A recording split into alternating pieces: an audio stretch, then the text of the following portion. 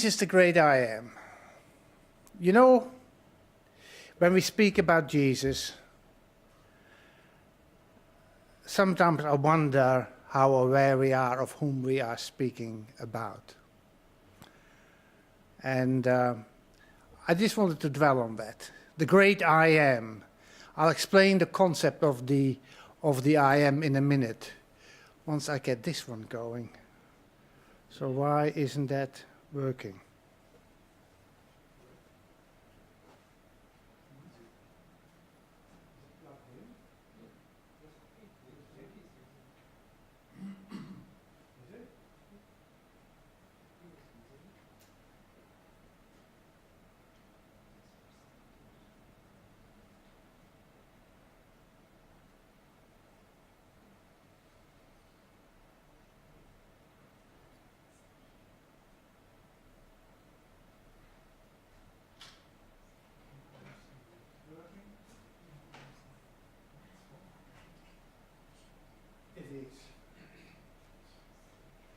So, the world looks for these things: love, happiness, and security. Wouldn't you agree that those are the three main things that you're looking at? Is that right? Yes. Sure you do. Nothing wrong with that either. But you know, the reality is that most people are looking in the wrong place. Would you agree with that too? Yes. There's only one way, and that is His way, and I'll come back to that. They're looking in all the wrong places. So Jesus is indeed the great I am. And so, most assuredly, Jesus said in John the 8th chapter, I say to you, before Abram was, I am. You remember that text? Did you know they wanted to kill him for saying that?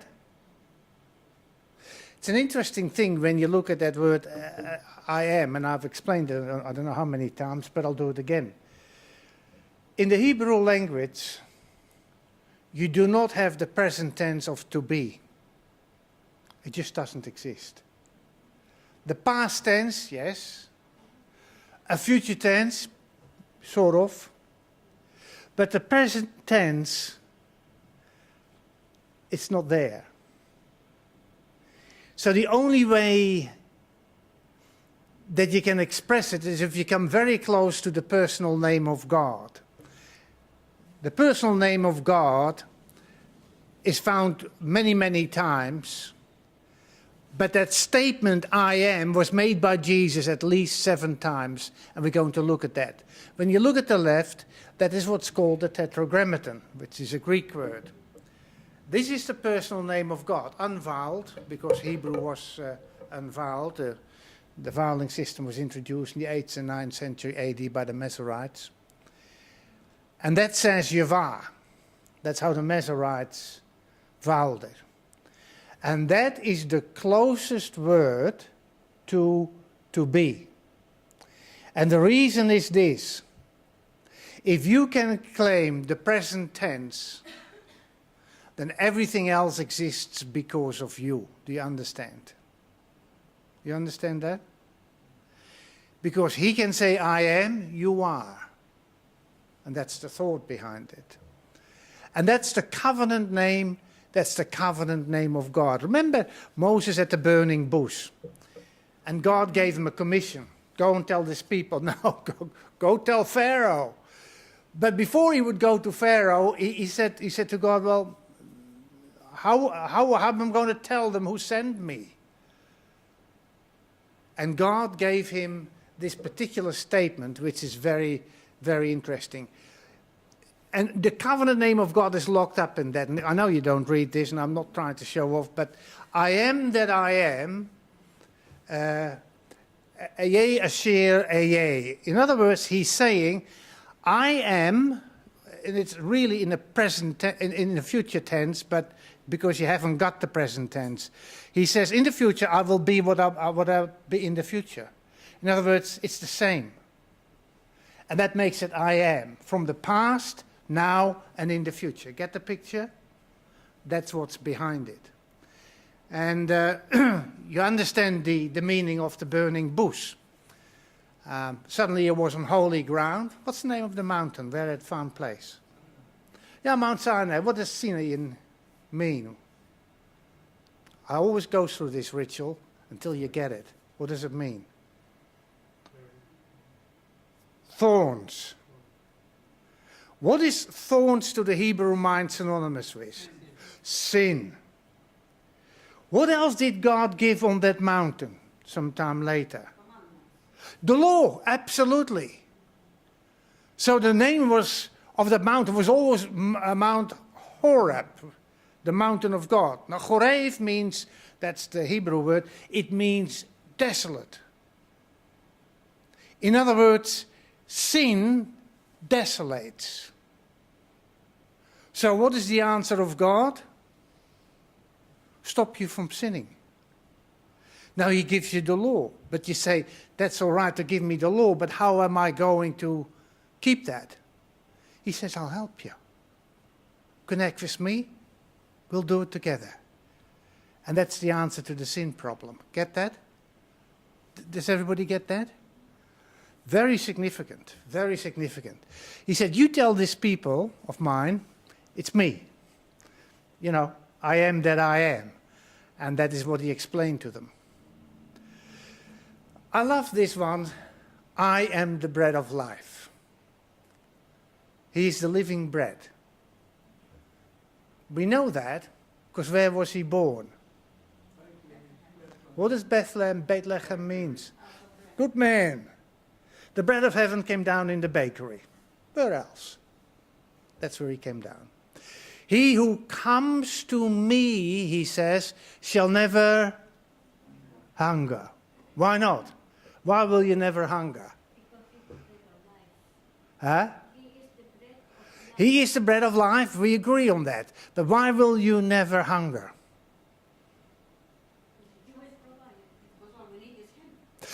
Very good point. There's 2 points. All we need is him, the bread of life. You're right. And there is an inexhaustible supply of Jesus for you as much as you want. That's why you never will be hungry. Get it? That's the picture. That's the picture. Jesus, as the giver of bread, becomes the bread. Yeah, the manna in the desert, 40 years, that was all him. That was all him. Nobody said thank you when he was here on this earth, because they didn't believe it was him. It was him, as God. Remarkable that they ignored all of that. Feeding of the 5,000, and then there were the 3,000. I love those stories. Fantastic. He can do it. It's no problem. He can do it. And he did. What Jesus is saying is this. There's free bread. Bread costs you absolutely nothing. Free bread of life, as much as you need, as much as you want. It's all there. He is essential for life. When we talk about Jesus, there are 2 aspects. Implicit obedience to all of his precepts. And he is everything for you. What I see is where people want a certain part from him and still expect it and have a non-compliance to his precepts. I'll talk a bit about that in the afternoon. In fact, a fair bit. The next one, there are 7 ones we want to deal with. I am the light of the world. Well, he is. Can you imagine sitting here and not having the record of him coming into the world? What would we be talking about? No, not a lot. This is the light. This is everything. Light is life. That is what it is. No life without light. Day 1, God created the light. Where does the light come from? Light, as we know it. What is light? Do you know what light is? I can see you, you can see me. What is light? Give me a definition. There's got to be a clever one here somewhere. The right essence of the sun. Huh? Light is an energy, of course, of the electromagnetic spectrum. It is the visible part of the electromagnetic spectrum, anywhere from infrared to ultraviolet. You put them all together and you have colorless light, which is what we have. Get it? That's how it works. If you get a shower, sunshine, certain angle, rainbow, you get the little prisms of the rain droplets that cause the refraction of the light. You get the rainbow, you get the opposite process. That's why you see all the colors from infrared to ultraviolet. Get that? A little bit of physics, it's no harm. Where did that light come from on day one? I'm not going further until you tell me. Huh? Yeah, I love that. Of course. You're right. I was hoping, no, I wasn't hoping. Where does the light come from now? Yeah. Do you know, if the day one the light had come from the sun, you and I just wouldn't be here. We wouldn't exist. We wouldn't. It would have evaporated from this planet that had no atmospheric pressure. You ever look at the moon? The moon is a planet like ours, but 1/6 the mass. It's got no water. Can't have. It's got no atmosphere.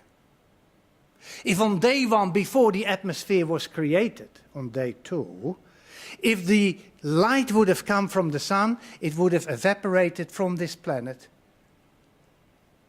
No problem at all. At a height of 60,000 feet, it evaporates at 37 degrees Celsius. You go any higher, it reduces. You go beyond the atmosphere. If you were to have a bottle of water and you leave it in space, it would immediately evaporate and then freeze. It's fascinating. We would have lost all the water, and you need water for life. Isn't that true? Remarkable. We've known this for hundreds of years, but 3,500 years ago, Moses is the only author who puts the light outside the source of the sun, because the Bible does it. Get it? Proof that he had to be inspired. The sun was there on day 4, and there's a reason why it wasn't day 3 or day 2. Get it? Science and the Bible have no quarrel. They go hand in hand. The author of the Bible is also the author of science. He who follows me, he says, shall not walk in darkness, but have the light of life. All you want in your life is light. You know what you're doing. You know why you're here. And you know where you are going. Isn't that right? That's what you want. The light giver becomes the light. Whatever he gives, he becomes. I love that. I love that. In him was life, John, there right at the beginning. And the life was the light of man, and the light shines in the darkness, and the darkness did not comprehend it. And it didn't. They didn't recognize him. I have come, Jesus said, as a light into the world, and whoever believes in me should not abide in darkness. There is no need to be in the dark about who you are, what you are, where you're going, if you come to Jesus. That's the truth. Simple. Your word is a lamp to my feet and a light to my path. That's what David said. Yes, he still made mistakes.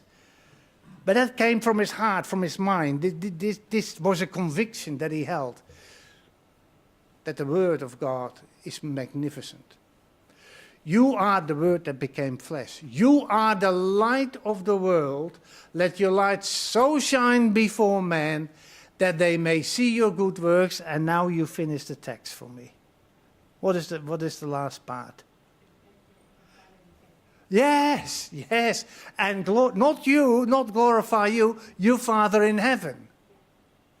The greatest success that you and I can have in our lives is when people turn to Jesus, when they turn to God and say, that's fantastic.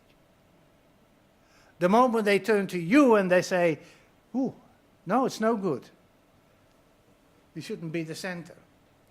I love this one. I really think that this is one of the most significant ones. I am the door. Now that word on the right in Hebrew is sha'ar. Now what does sha'ar mean? Well, it means door. But if you go to Proverbs 7, verse 25, it says this, as a man thinks in his heart, that's how he is. Do you agree with that? As a man think in his heart, that is to the Hebrew the mind, as you think what's up here is what you are. Let's be honest. If you have a certain habit that you shouldn't have, say you like alcohol a lot, too much, what's on your mind? Say we like to have a go at the GGs, gambling. We know about that. It's on your mind. If it's sexual, it's on your mind. The action will follow. That's the rule of life. The thoughts give you the feelings. True? The thoughts and the feelings make up the moral character, she said. And that's so true, isn't it? That's very true. In Proverbs 7, verse 25, that word thinking is door. Also means door. It is far more than allowing you from one space into the other. To the Hebrew, it is a mindset. If someone walks into your door, there are two obligations. You to render the hospitality, that person to show a sense of decorum. That's why we come in God's house. We should have a sense of decorum. True? We should. And it should be reflected in what we teach and preach. And it has to be the truth. I am the door, sha'ar, the mindset. Jesus says, I'm the mindset. What mindset? Well, the mindset you need. You need that mindset to work for you, but also work in you and through you to be part of you. You must become that mindset, a follower of Christ. Are you following me so far? You're all good? Turn the air conditioner down or up? Hot? It's hot. Boom, it's hot. Do something. No, I think it's warm enough. I can always tell, you know. I just look in their eyes. Wake us up, make us sit up. Yeah. I always think little buckets of water would do it. I am the door. If anyone enters by me, he says, he will be what? So let's get this clear. You have to be saved by entering through him, his mindset. Good. And you will go in, you will go out, and you will find pasture. And of course that is reflected to, and this little sketch tells you, the little figure here is the shepherd. You see, they can't get out without him saying so. And nothing can get in without him saying so. He controls the in and the outgoings. Do you understand what I'm saying here? So he effectively, the shepherd himself, effectively is the door. The rest is just a structure. Do you understand that? And the shepherd determines who goes in and who and what he allows and when he allows them to come out. Do you understand? He's the mindset. And that's where that Hebrew concept comes from. It's a decision making. The thief does not come except to steal anybody else but the shepherd is no good. And to kill, and to destroy. I have come, he said, that they may have life, and that they may have it more abundantly. What did he mean by that? A better quality of life? Yes. Deeper meaning of life? Yeah. That motivates us. But can I put to you also an extended life? Not necessarily in years on this planet. Let's face it. You breathe your last. Your mind stops. The next recollection is what? The resurrection, correct? That's it. How much time between you breathing your last and the resurrection? How much time? Nothing. That's right. Whether it's Adam 5,000 years plus ago, or whether it's you. That's it. Your next recollection is the coming of Christ. And we're in the third angel's message. The view that you will have is beyond your wildest dreams. It'll be something. You won't know yourself, but you know well instantly where you are. You know, I give time. Things gets a little bit difficult. I make time, let's say I breathe my last. And then I open my eyes. You see the smiling face of the angel who's always been with you. He points to the east and you see it. You see him come. An attempt to paint a picture in words would only fail because it's bigger than that. Do you understand what I'm saying? Yeah, very important. So, life more abundant, and then journeying through space. Wow. The shepherd. I like this one. A good shepherd, he puts his hand on the head of each animal. It's a gesture. He makes a habit of touching each one of them. Every one of them. And the interesting thing is, they know him and he knows them. In the sanctuary, this entrance here, the entrance from the courtyard into the holy place, from the holy place into the most holy place, all had this name, Sha'ar. You walk in here, you have a certain mindset. You walk from the courtyard, which represents the world, into the holy place.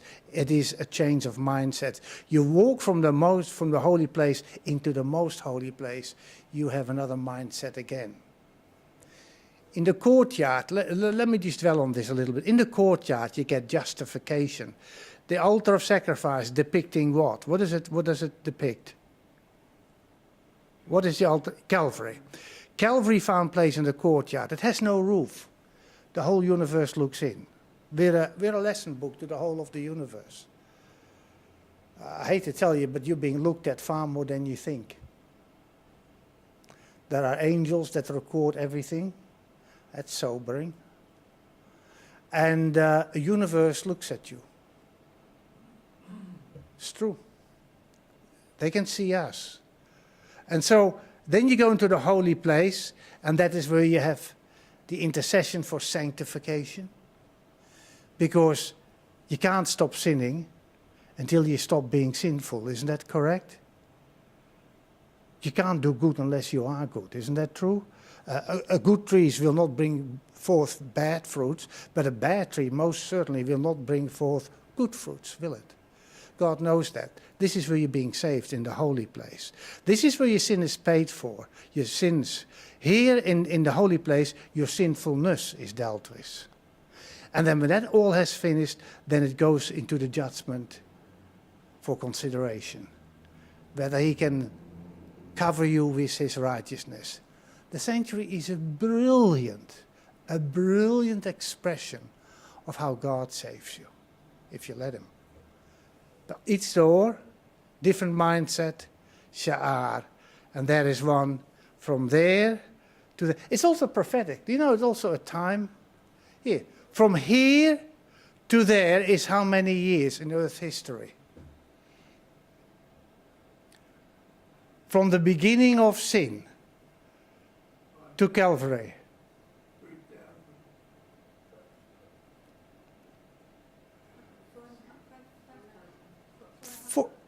Four will do, round about 4,000.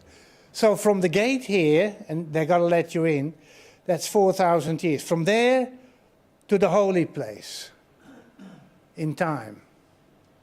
How long? Don't look at the proportion of the distance. 40 days. After his resurrection, how long was Jesus around? 40 days. I can date this one 31 AD. I can also date that one from the books of Daniel, 1844. Here is your exoneration. Here is the glorification, the judgment. Removal of all your records. Never to be remembered anymore. You never sinned. It's down here. The last one, can't work it out. We're not meant to work it out. That's when he comes. Okay?